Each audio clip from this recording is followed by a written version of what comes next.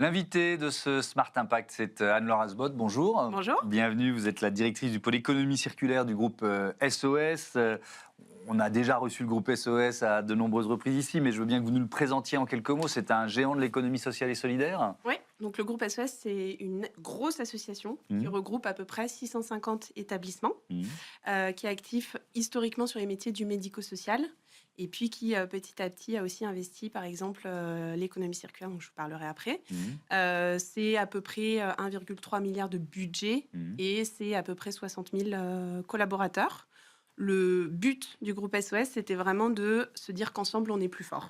Donc, de mutualiser des fonctions support, de l'appui pour que chaque structure soit finalement plus forte que si elle restait isolée dans son coin. Et c'est ça, il y a à la fois des associations et des entreprises de l'économie sociale et solidaire qui font partie du groupe, c'est ça. Exactement. Il y a les deux types d'organisations. Et donc là, vous lancez Nouvelle Fabrique. C'est quoi Nouvelle Fabrique ? Nouvelle Fabrique, c'est une marque commune pour les structures du groupe qui sont actives dans l'économie circulaire. Donc en fait, ça regroupe 5 chantiers d'insertion et entreprises d'insertion qui font de l'insertion par activité économique, je pourrais dire un tout petit peu ce que c'est, et qui offrent des activités et des métiers qui sont le tri, le réemploi, la remise en état et la revente d'objets du quotidien, meubles, électroménagers, décorations, textiles, etc. Donc ce sont des ateliers qui existaient déjà, hein, c'est ça pour bien comprendre. Oui, alors les structures existaient déjà. Tout à fait. Après, C'est des structures régionales ? C'est des structures départementales ou communales. Donc, on en trouve en Indre-et-Loire, dans le Gers, dans les Landes et dans les Pyrénées-Orientales aujourd'hui, avec la volonté de continuer à se développer. Et donc, ces structures étaient déjà actives dans les territoires, sauf que n'avaient pas forcément fait de travail sur justement une marque commune qui raconte ce qu'elles font comme activité. Et donc, il manquait une démarche un petit peu d'identification grand public, que ça soit lisible pour les personnes quand elles vont dans une boutique Nouvelle Fabrique. Et du coup, aussi de pouvoir communiquer collectivement sur justement le réemploi, l'intérêt de ces boutiques dans les territoires, les services qu'elles rendent. Donc, quel type de public on aborde, etc. Alors, quelques chiffres, puisque ces structures existent depuis quelques années. 17 500 tonnes d'objets collectés et triés, 2000 tonnes revalorisées, 142 personnes accompagnées vers l'emploi durable, 7 boutiques solidaires déjà ouvertes au public, avec donc cette notion d'insertion par l'activité économique. Alors, on comprend bien ce que ça signifie. Dans le détail, ça marche comment ? Alors, le but de l'insertion de l'activité économique, c'est vraiment d'être un sas pour un retour vers l'emploi de personnes qui sont très éloignées de l'emploi. Donc, les personnes qu'on va accueillir, très souvent, c'est des personnes qui sont soit au RSA, soit qui ont eu un burn-out, ou bien qui ont différents freins à l'emploi. Ça peut être des jeunes, on en voit de plus en plus, qui ont du mal à trouver leur premier boulot. Ça peut être des problèmes de maîtrise de la langue française, etc. Donc, nous, on va accueillir ces publics et en fait, pendant 6 à 24 mois, on va leur offrir un contrat de travail. Donc, elles sont en CDI chez nous. Et au-delà du métier sur lequel on va les former, on va en parallèle avoir des conseillères en insertion professionnelle qui vont travailler justement sur la levée de ces freins. Donc, cours de langue, travail sur la confiance en soi, etc., refaire son CV, etc., et aussi sur le projet professionnel. Donc, les faire réfléchir sur, à l'issue de cette phase de transition qu'on leur offre, vers quel type de métier ils veulent aller. Est-ce qu'il y a des besoins sur le territoire ? Il faut aussi que le projet soit réaliste.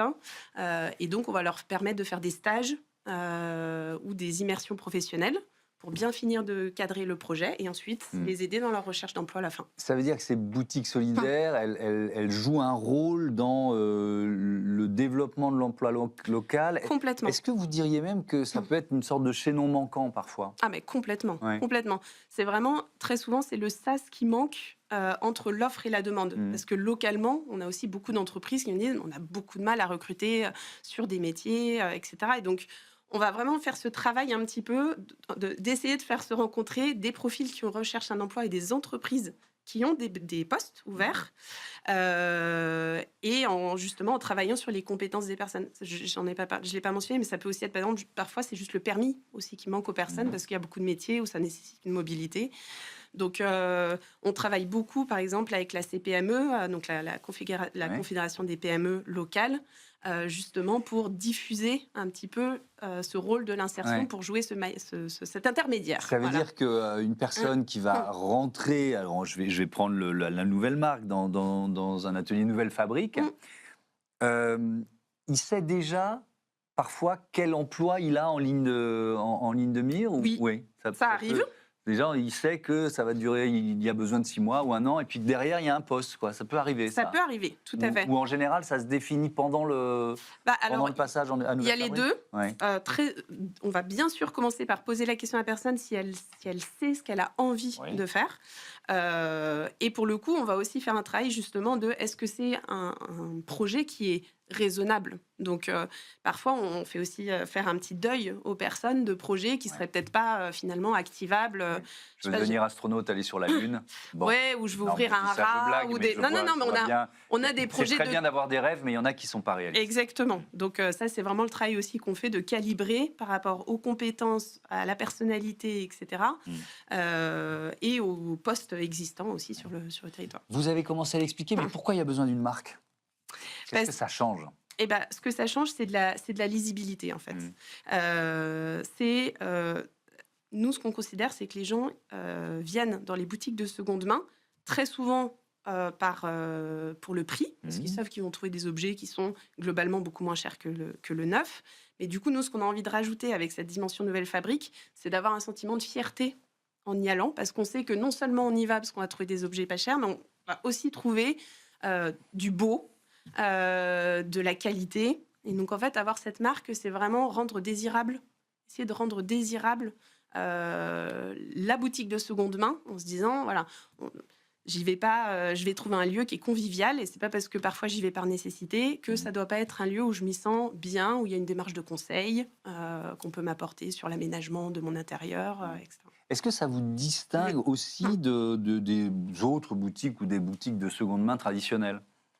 En tout cas, ça nous permet... Qu'est-ce qui vous distingue de ces boutiques traditionnelles ? En fait, ce qu'on essaye vraiment de mettre de l'avant dans les Nouvelles Fabriques, c'est une démarche esthétique et une démarche de conseil. Et donc, justement, quand vous allez chez Nouvelles Fabriques, nous, ça arrive souvent que les gens nous disent... j'ai un meuble chez moi, c'est l'armoire normande de mes parents, je l'aime beaucoup, mais je ne sais plus quoi en faire parce qu'elle n'est plus du tout au goût du jour. Et en fait, on a la capacité chez Nouvelle Fabrique d'avoir des ateliers pour dire à la personne, on peut vous l'aérogommer pour la retransformer, on peut la découper pour en faire, par exemple, une console. Et donc, c'est vraiment ça qu'on essaye d'apporter, c'est de se dire... non seulement on va trouver des objets, mais on va aussi trouver tout un accompagnement. Quand on est attaché à un objet et que finalement on n'a pas envie de s'en séparer, comment est-ce que je peux le réinventer dans mon quotidien ? On parlait de 17 500 tonnes d'objets collectés et triés. Vous réussissez à mesurer l'impact écologique d'une activité comme celle-là ? Oui. Alors, c'est les 2000 tonnes réemployées, c'est autant de déchets qui aujourd'hui ne sont pas recyclés ou incinérés. Ce qu'on souhaite faire cette année, c'est justement de pouvoir calculer des équivalents de tonnes carbone, de CO2, exactement, d'émissions carbone évitées. Donc ça, c'est un projet. Et pour ça, on est en train de réaliser justement une enquête dans nos boutiques pour savoir les objets que les personnes nous apportent. Est-ce que c'était déjà de l'achat de seconde main ou c'était du neuf ? Combien de temps ils l'ont conservé ?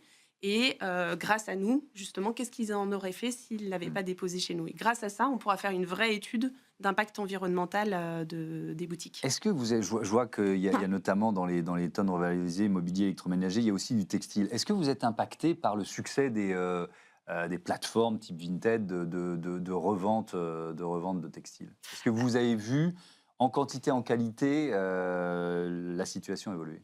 Alors, on n'est pas impacté du tout par Vinted ou par Le Bon Coin. Par contre, on est impacté par la fast fashion. Donc, on continue à avoir de très beaux dons. Et ça, je pense que c'est fondamental. L'ancrage territorial des boutiques fait que les personnes, il y a une générosité qui reste extrêmement prégnante. Et c'est vrai aussi sur les meubles qu'on reçoit, c'est vrai aussi sur la vaisselle. On a des très, très beaux objets parce que les gens sont attachés à la boutique, au rôle qu'elle joue. Ils savent que les objets, ils seront bien traitées, et que ça servira aussi à des personnes du territoire. Donc du coup, on arrive à avoir des très très beaux sourcings, et donc y compris pour les vêtements, on a des très belles pièces vintage, on nous donne des vestes en cuir, etc. Mais il y a Euh, la fast fashion. mais il y a la fast fashion, exactement, et donc pour le coup, on continue à avoir des beaux apports, mais qui peuvent commencer à être noyés dans des vêtements où, pour le coup, on sait que quand ils nous arrivent, ils ne peuvent déjà plus être remis en état. Hmm. On termine avec les perspectives. Vous nous l'avez dit, pour l'instant, il y a un certain nombre de boutiques qui vont rentrer dans cette marque, qui rentrent dans cette nouvelle fabrique. Vous voulez en ouvrir d'autres? Ça fait partie des objectifs? Tout à fait. Donc là, on lance un grand appel justement à d'autres associations en France, parce qu'il y en a énormément. Il y en a plus de 580 en France qui souhaiteraient pouvoir rejoindre le mouvement et rejoindre la dynamique collective en se disant, voilà, plutôt que de rester tout seul dans mon territoire, je viens mutualiser des moyens, se donner de la capacité de croissance. Et après, au sein des territoires où on est déjà, donc au-delà d'accueillir de nouveaux membres, au sein des territoires où on est déjà, on travaille beaucoup avec les collectivités. Et effectivement, on a des demandes pour ouvrir de nouvelles boutiques parce qu'ils voient l'intérêt et les services que ça rend à la communauté. Merci beaucoup, Anne-Laure Asbot, et bon vent à ces nouvelles fabriques. On passe à notre débat. Connaissez-vous le franco-lavage?